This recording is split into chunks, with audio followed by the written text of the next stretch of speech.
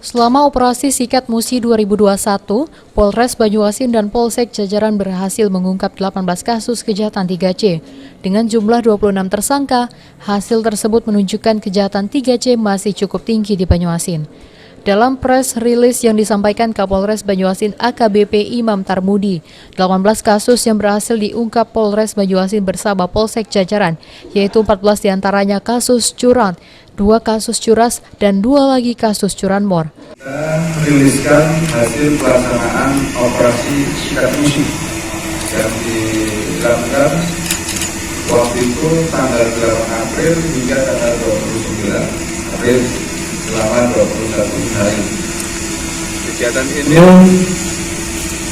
ataupun ungkapan yang bisa kita riliskan kepada rekan-rekan semua ya, dari Polres dan jajaran. Selain menangkap 26 orang tersangka, Polres Banyuasin dan Polsek jajaran berhasil mengamankan barang bukti kelakuan kejahatan diantaranya televisi LED, motor, sajam, handphone, beserta pakaian yang digunakan saat menjalankan aksinya. Sulaiman, PAL TV.